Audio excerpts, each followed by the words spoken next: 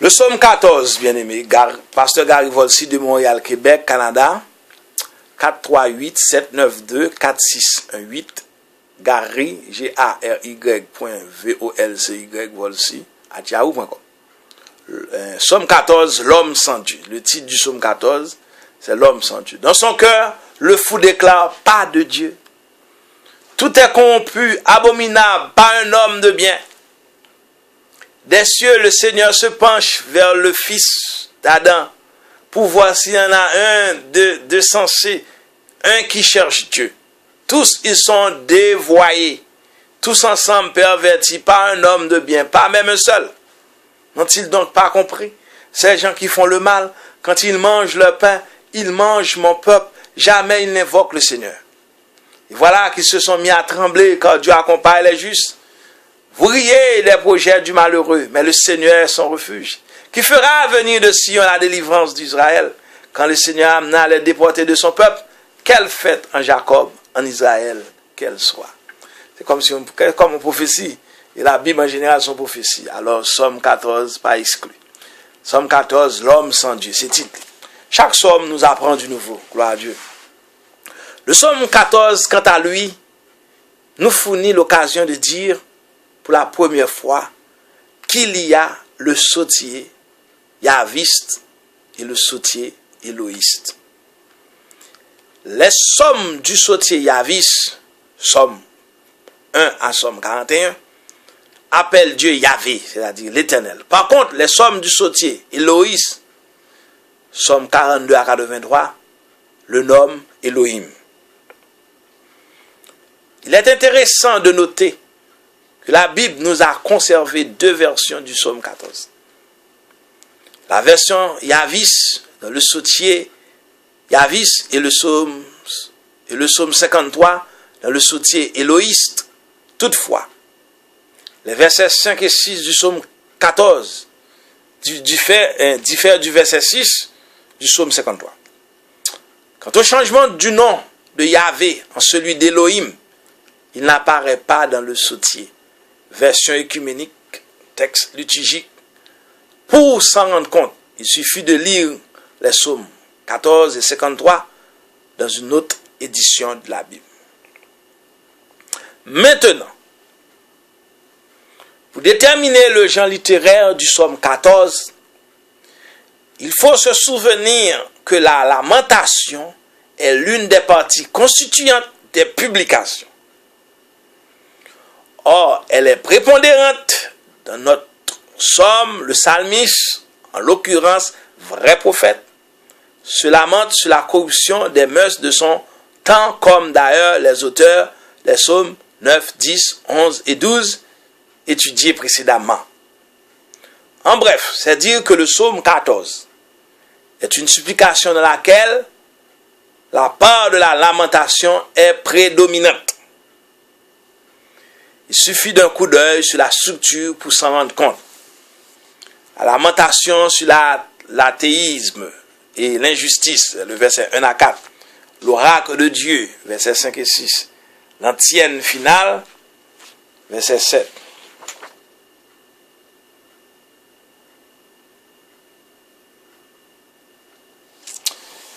Donc, c'est probablement pendant l'exil à Babylone, 587 à 538, pour éviter la profanation du nom Yahvé en terre étrangère, qu'on lui a substitué Elohim. C'est toujours l'Éternel. La variante en Somme 53, verset 6 est peut-être due à une modification apportée au cours de la transmission du texte. Les commentateurs, ainsi celui de Kraus, K-A-R-A-U-S, de Manati, M-A-N-A-2-T-I, mettent l'accent sur l'aspect prophétique de ce psaume. Nous suivons sur Kraus, Somme 1 à 59, un commentaire. Donc, plusieurs sortes de commentaires. Bon. Et du maître de chant de David pour le commentateur de ces expressions voudra bien se reporter au psaume précédent. C'est-à-dire que ce que nous voulons dire, c'est que le psaume peut-être de David, où on parle de David, c'est en quelque sorte David est influencé d'une façon ou d'une autre. La Bible a pris 1600 ans pour écrire 40 différents auteurs. Le vrai auteur, c'est le Saint-Esprit. Car de Timothée 3, verset 16 et 17 nous dit, toute écriture est inspirée de Dieu, utile pour enseigner, pour convaincre, pour corriger, afin que l'homme de Dieu soit propre et irréprochable à toute bonne œuvre.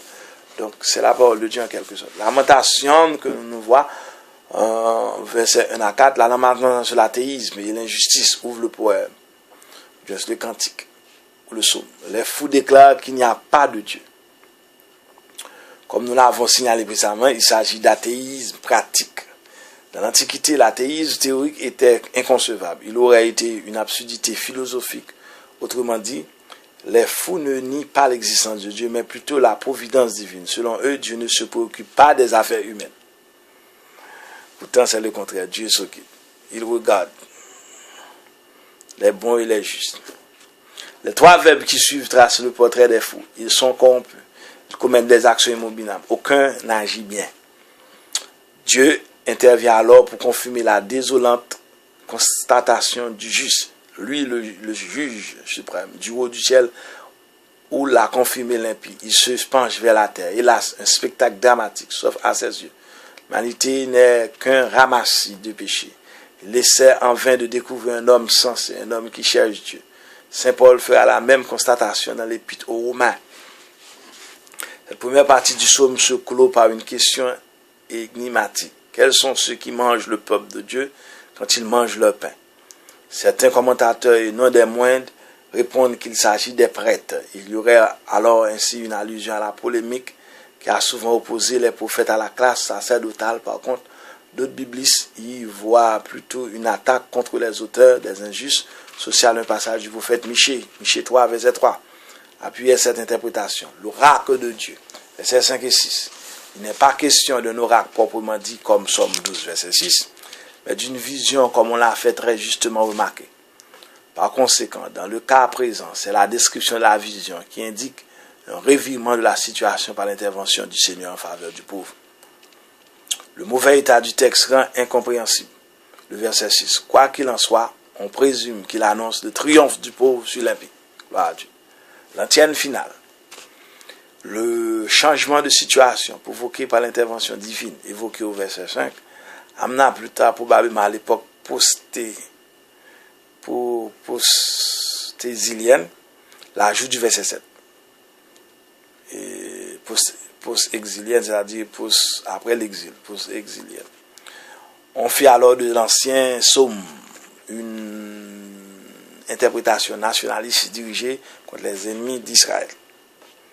Aujourd'hui, dans le cas, par nous avons fait de psaumes comme les ennemis de Dieu, c'est-à-dire les ennemis du chrétien en général. Davantage encore, l'expression hébraïque traduite ordinairement par ramener les déportés peut prendre un sens infiniment plus large et désigner une intervention divine eschatologique qui a à voir avec la fin des temps. Donc, bien aimé, c'était le psaume 14 de pasteur Gary Volsi de Montréal, Québec, Canada. 438 792 46 18 Gary.volsi@yahoo.com. À très bientôt, que Dieu vous bénisse. Nous avons étudié 150 psaumes. Donc, nous avons fait 6 introductions. Et maintenant, nous étudions les psaumes, psaume par psaume. Que Dieu vous bénisse. Certains sont plus longs, certains sont plus courts. Ça ne dépend pas de nous. Donc, nous devons nous arrêter où nous devons être arrêtés. Donc, que Dieu vous bénisse. À très bientôt. Amen.